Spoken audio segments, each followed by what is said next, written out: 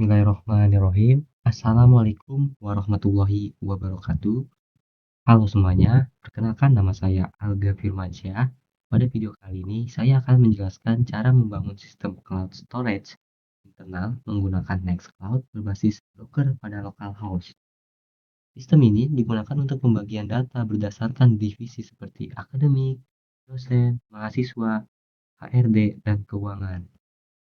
Langkah pertama adalah menginstal Docker desktop terlebih dahulu. Docker digunakan untuk menjalankan kontainer sehingga Nextcloud dan database dapat berjalan tanpa instalasi manual yang rumit.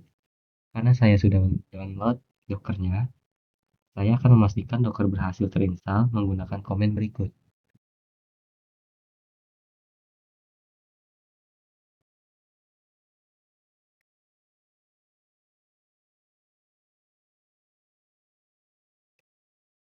Oke, jika muncul versi Docker, berarti instalasi berhasil. Seperti ini nih, Docker version 29.4.3. Selanjutnya saya akan membuat folder project bernama Nextcloud Docker. Folder ini digunakan untuk menyimpan file konfigurasi Docker compose.yml. Saya akan membuatnya di desktop. Lalu kita akan membuat folder seperti ini nih.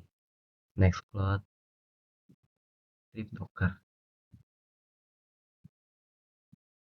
Setelah buat folder ini, kita masuk ke folder tersebut dengan cara double klik folder Nextcloud Docker. Klik kanan, kita buat baru new. Nah, lalu kita klik dokumen. Karena saya sudah membuatnya, saya tidak perlu membuat lagi dengan ini nih, folder docker compose.yml. Selanjutnya, saya membuka file compose.yml ini.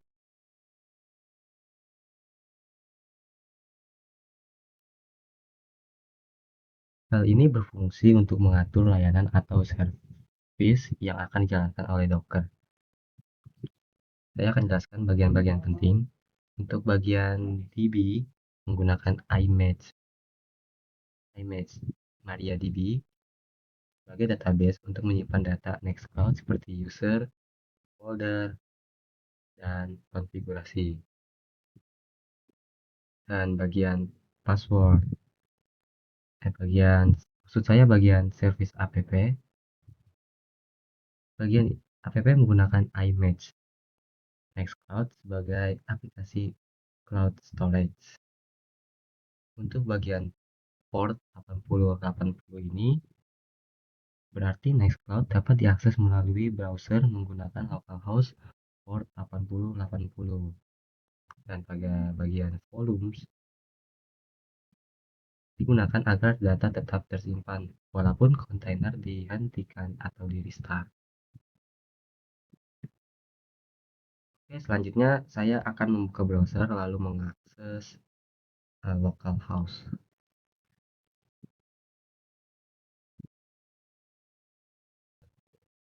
Ini.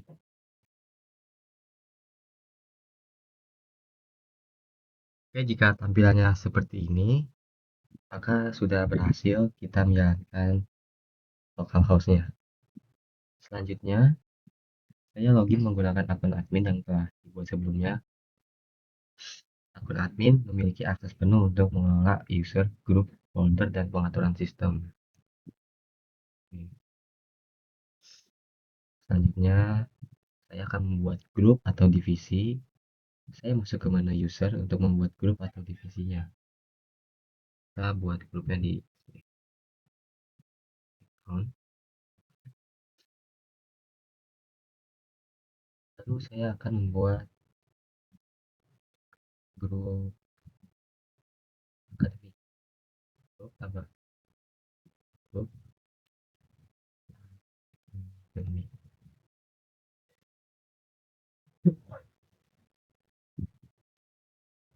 Lalu saya akan membuat grup dosen. lalu mahasiswa, lalu HRD,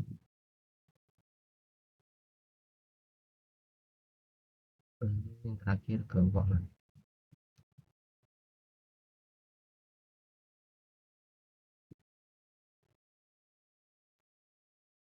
Grup digunakan untuk mempermudah pengelolaan user berdasarkan divisi atau bagian tertentu.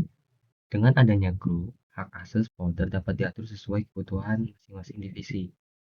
Selanjutnya, saya akan membuat user. Saya membuat beberapa user untuk memasukinya ke grup masing-masing. Contohnya, ketik nyokam, kita buat Budi.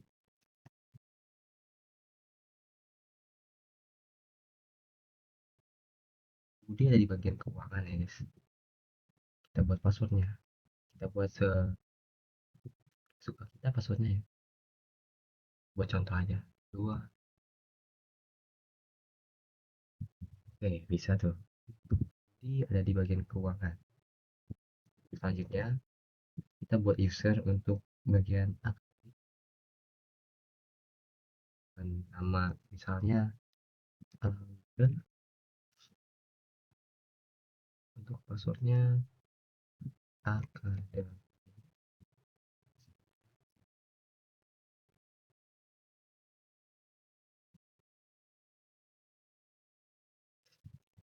Berhasil kita buat di user akademik. Kita buat user dosen dan nama dosen misalnya Rina. Kita buat passwordnya Rina. Rina. 795.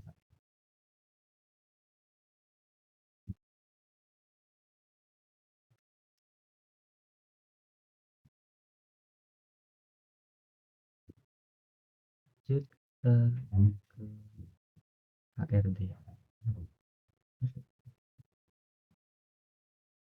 HRD dengan nama Ahmad.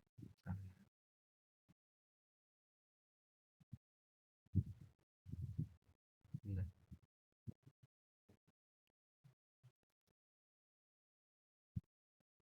oke, bisa.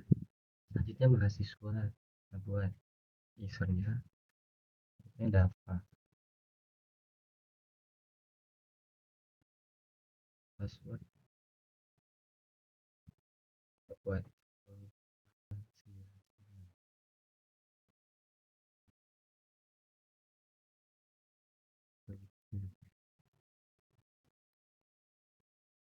oke, bisa.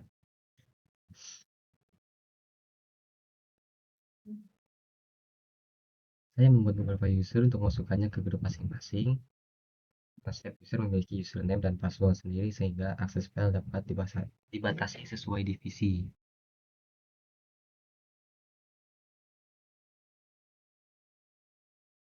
Lalu saya akan membuat folder divisi. Misalnya kita buat folder di divisi dosen. Kita masuk ke menu file sini.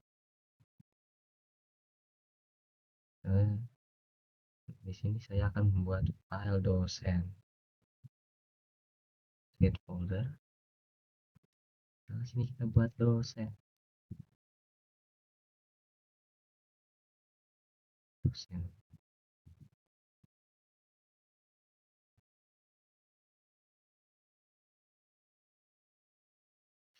Lalu kita buat file mahasiswa.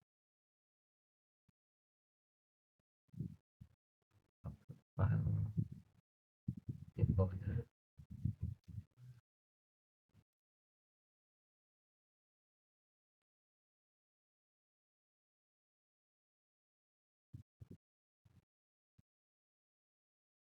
Dosen mahasiswa. Selanjutnya kita buat folder keuangan.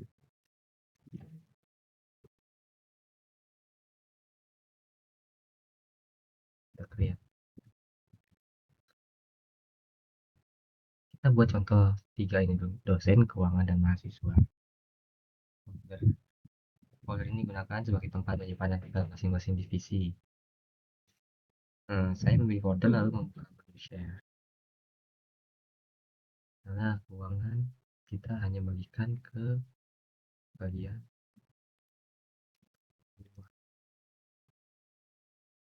bagikan ke keuangannya saja.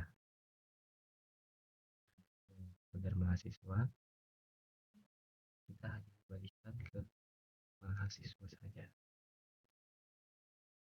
Share. Begitu juga dengan dosen.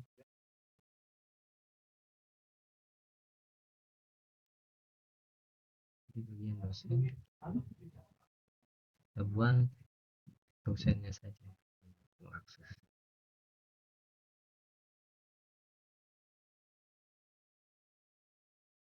Dengan pengaturan ini, setiap divisi hanya dapat mengakses data miliknya sendiri. Langsung saja kita ke pengujian hak akses user. Saya akan logout dari menu dari admin lalu login menggunakan akun lain. Saya akan logout dulu. Saya akan ke akunnya dapat.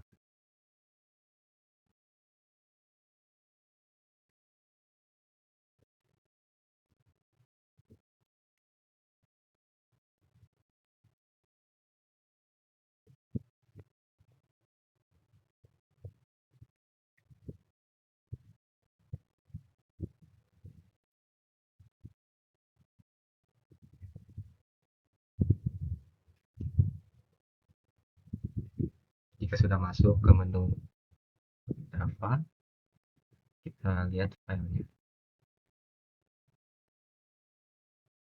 Dan berhasil hanya ada file mahasiswa saja di sini. Tidak ada file dosen, tidak ada file keuangan. Selanjutnya saya akan mengecek dengan akun lain. Misalnya saya akan menggunakan akun dosen. Jadi dosen berapa? Username-nya Rina. Passwordnya.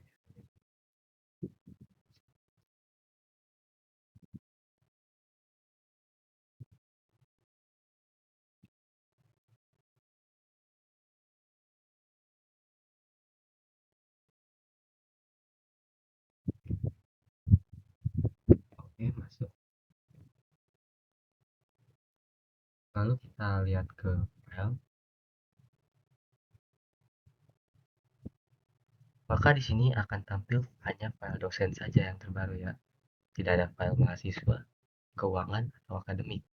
Hanya dosen. Karena file dosen ini hanya dibagikan kepada grup dosen saja. Pengujian ini dilakukan untuk memastikan hak akses berjalan dengan baik.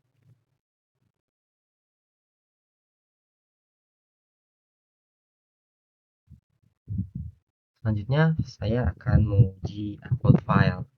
Saya melakukan upload file ke folder yang tersedia, yaitu saya menggunakan karena saya akan menggunakan akun dosen.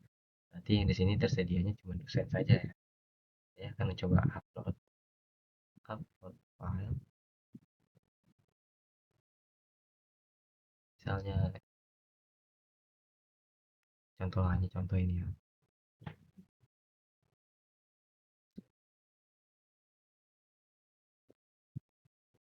Refresh. Kita masuk ke file dosen lagi dan kita coba download. Berhasil. Ya, berhasil teman-teman. Saya mencoba download file yang sudah saya upload ini. Jika file berhasil di-download dan dibuka, maka sistem cloud storage berjalan dengan baik.